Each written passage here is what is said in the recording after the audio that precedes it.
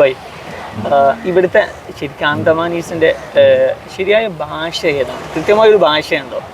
Britishers ഇവിടെ ഒരുപാട് ആളുകളെ കാലാപ്പാനി സജ എന്ന് പറഞ്ഞില്ലേ, ആ ജയിൽ, സലൂലാർ ജയിൽ, അത് ഇവിടെയാണ്. അപ്പോൾ ഒരുപാട് ആളുകൾ ബ്രിട്ടീഷേഴ്സ് കാലാപ്പാനി സജ എന്ന് പറഞ്ഞിട്ട് ഇവിടെ ഈ ജയിലിലോട്ട് അയച്ചിരുന്നു.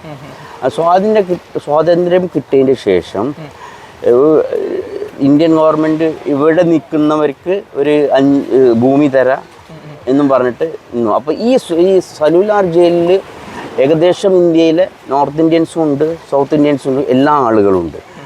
അപ്പോൾ ഇവരുടെ മക്കളുമായിട്ടാണ് നമ്മൾ മാപ്പിളാസാണ്, മലയാളി, കേരള, മലബാർ എന്ന് വന്നതാണ്. അങ്ങനെ ഈ എല്ലാ സ്ഥലത്തെ ആളുകളും ഇവിടെ ഉണ്ട്. അപ്പോൾ അതുകൊണ്ട് എന്തായത്, പിന്നെ സ്വാതന്ത്ര്യം കിട്ടിയതിന് ശേഷം ഒരുപാട് ആളുകൾ ഇവിടുന്ന് അവരുടെ നാട്ടിലേക്ക് പോയി, ഒരുപാട് ആളുകൾ നാട്ടിലേക്ക് ഇവിടെ തന്നെ നിന്നു. അങ്ങനെ എല്ലാ ഒരു ആളുകളും ഇവിടെ നിന്നു. അപ്പോൾ ഇവിടെ ഒരു പ്രത്യേകമായിട്ട് ഒരു റീജിയണൽ ലാംഗ്വേജ് ഇവിടെ ഇല്ല. അപ്പോൾ ഇവിടെ ബേസിക്കലി എല്ലാവരും കോമൺ ആയി സംസാരിക്കുന്നത് ഹിന്ദിയാണ്. അതുകൊണ്ടാണ് എൻ്റെ മലയാളത്തിൽ ഇത്തരം ഒരു പ്രശ്നം.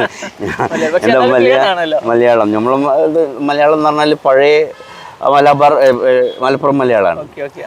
അപ്പോൾ അങ്ങനെ ആണ് ഇവിടുത്തെ സ്ഥിതി. അപ്പോൾ ഇവിടെ ഒരു പ്രത്യേകമായിട്ടൊരു ഭാഷ ഇവിടെ ഇല്ല.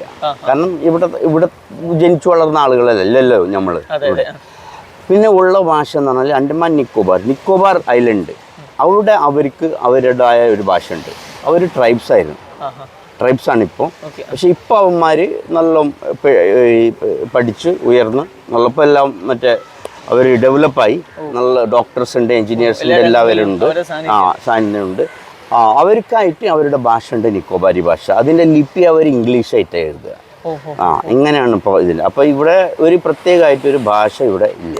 ഇവിടുത്തെ കോമൺ ഭാഷ ഹിന്ദിയാണ്, പിന്നെ ഒഫീഷ്യൽ ലാംഗ്വേജ് ഇംഗ്ലീഷാണ്. അപ്പോൾ പൊതുവെ പിന്നെ പരസ്പരം കാണുമ്പോൾ സംസാരിക്കുമ്പോൾ അതല്ലെങ്കിൽ വീടുകളിൽ നിന്നൊക്കെ സംസാരിക്കുന്ന ഭാഷ, വീടുകളിൽ അത് എനിക്ക് വളരെ എന്താ പറയുക, വിഷമത്തോടു കൂടി പറയാണ്, നമ്മുടെ മാപ്പിളമാർ, കാക്കമാർ, അതായത് മാക്സിമം ആളുകൾ വീട്ടിൽ മലയാളം സംസാരിക്കില്ല. അപ്പോൾ അതിങ്ങനെ ഭാഷ കഴിഞ്ഞു പോവുകയാണ്. എല്ലാവരും ഹിന്ദിയാണ് സംസാരിക്കല്. പിന്നെ കുറേ വീട്ടുകളിലുണ്ട്, അവർ മലയാളം തന്നെ സംസാരിക്കും വീട്ടിൽ. പക്ഷേ അതിൽ ഈ തമിഴന്മാരും പിന്നെ വേറെ ഉള്ള ഒരുപാട് തെലുഗൂസും അവരെല്ലാം അവരുടെ ഭാഷ ഇപ്പോഴും സൂക്ഷിച്ചു വെച്ചിരിക്കുന്നു. അവരെല്ലാം അവരുടെ ഭാഷ ഈ മലയാളീസും ഉണ്ട്.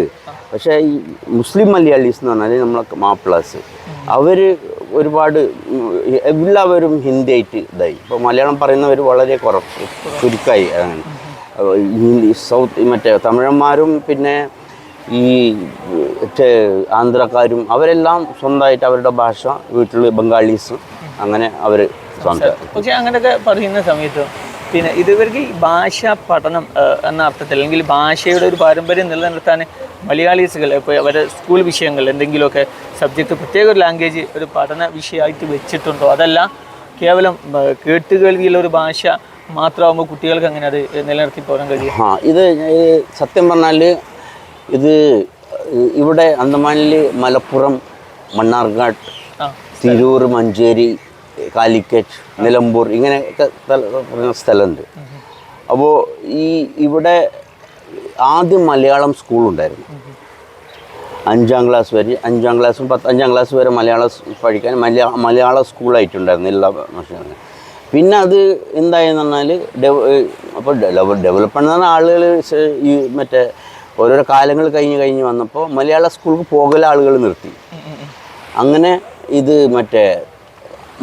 മലയാളം ഇപ്പോൾ ആളില്ലെങ്കിൽ പിന്നെ ഇപ്പോൾ സ്കൂള് നടത്തിയിട്ട് കാര്യമില്ല. അങ്ങനെ സ്കൂള് അവർ ക്ലോസ് ചെയ്തു, ക്ലോസ് ചെയ്തു. പിന്നെ പഠിക്കുന്നതെന്ന് പറഞ്ഞാൽ നമ്മൾ ഇതിൻ്റെ മലയാളം പഠിക്കാൻ ഇങ്ങനെ കിട്ടിയതെന്ന് പറഞ്ഞാൽ നമ്മൾ മദ്രസയിൽ നിന്നാണ്. ഇവിടെ അൽഹംദുലില്ലാഹ് സമസ്ത കേരള ജമിയത്തുൽ ഉലമായുടെ സംസ്ഥാനൻ്റെ നല്ല ഒരുപാട് മദ്രസകളുണ്ട്. അതിൻ്റെ കീഴിൽ ഒരുപാട് പള്ളികളുണ്ട്. അപ്പോൾ പിന്നെ അങ്ങനെ ആ സംഘടനയായി. പിന്നെ പിന്നെ വേറെ എല്ലാ സംഘടനകളും ഉണ്ട്. മലയാള മുസ്ലിം KNM ഉണ്ട്, പിന്നെ മർക്കസു സഖാഫത്തി സുന്നിയുണ്ട്, പിന്നെ ജമാഅത്ത് ഇസ്ലാമി ഹിന്ദ്, അവർ എല്ലാ റീജിയണൽ മറ്റേ സംഘടനകൾ അത് നല്ല വർക്ക് ചെയ്യുന്നുണ്ട്. അപ്പോൾ അതിൽ മദ്രസ പഠനം കൊണ്ട് പ്രത്യേകിച്ചിട്ട് നമ്മുടെ കേരള, അതായത് മലബാർ മലയാളീസ്, മാപ്പിളസ് എന്നാണ് നമ്മൾ ഇവിടെ പറയാം, മാപ്പിളസ്ക്ക് അങ്ങനെ മലയാളം പഠിക്കാനുള്ളൊരു അവസരം കിട്ടി. അത് പിന്നെ എന്ന് പറഞ്ഞാൽ ഭാഷ, ഇതിപ്പോൾ ശരിക്കും എന്ന് പറഞ്ഞാൽ ഞാൻ ഈ സംസാരിക്കണമെന്ന് എനിക്ക് എഴുതാനും വായിക്കാനും അറിയില്ല. അതൊരു കാര്യമുണ്ട്, സംസാരിക്കാനും അറിയാം. അപ്പോൾ ഈ അറബി മലയാളം ഇവിടെ ഉണ്ടായിരുന്നു. അങ്ങനെ ഒരുപാട്, പക്ഷെ ഒരുപാട് ഉണ്ട്, എൻ്റെ ജനറേഷനും ഉണ്ട്, അവർക്ക് മലയാളം എഴുതാനും വായിക്കാനും. ഇങ്ങനെയാണ് ഇപ്പം മലയാളം ഇപ്പോൾ, അതായത് നിലനിൽപ്പ് കുട്ടികൾ കേട്ടിട്ടുണ്ടാക്കിയിട്ടുണ്ട്. അപ്പോൾ എന്ന് വെച്ചാൽ ഇനി പുതുതലമുറക്ക് നിലനിർത്താൻ ആവശ്യമായ പുതിയൊരു കാര്യങ്ങളൊന്നും നമുക്ക് ചെയ്യാനാവില്ല എന്നാണോ അതിനൊക്കെ മനസ്സിലാക്കി? ഞാൻ ഒരു കാര്യം ഞാൻ പറയാം. ഇപ്പോൾ അത് ആദ്യം സ്കൂളിൽ 3rd ലാംഗ്വേജ് എന്ന് പറഞ്ഞിട്ട്, ഇപ്പോൾ ഹിന്ദി മീഡിയം ഇംഗ്ലീഷ് മീഡിയം സ്കൂളിലായാലും 3rd ലാംഗ്വേജ് എന്ന് പറഞ്ഞിട്ട് ഒരു ഓപ്ഷൻ ഉണ്ടായിരുന്നു. അപ്പോൾ 3rd ലാംഗ്വേജിൽ സംസ്കൃതം ഉണ്ടായിരുന്നു, മലയാളം ഉണ്ടായിരുന്നു, അങ്ങനെ ഒരുപാട് ഓപ്ഷൻസ് ഉണ്ടായിരുന്നു. അതും എടുത്തു കളഞ്ഞു ഇപ്പോൾ ഇത് മലയാളം. അപ്പോൾ അതെന്താണെന്ന് പറഞ്ഞാൽ ഇപ്പോൾ മലയാളികൾക്ക് തന്നെ താല്പര്യമില്ലല്ലോ. അപ്പോൾ താല്പര്യം ഇല്ലാതെ പിന്നെ ഇത് ചെയ്തിട്ട് കാര്യമില്ല. അപ്പോൾ അതാണ് അതിൻ്റെ ശരി.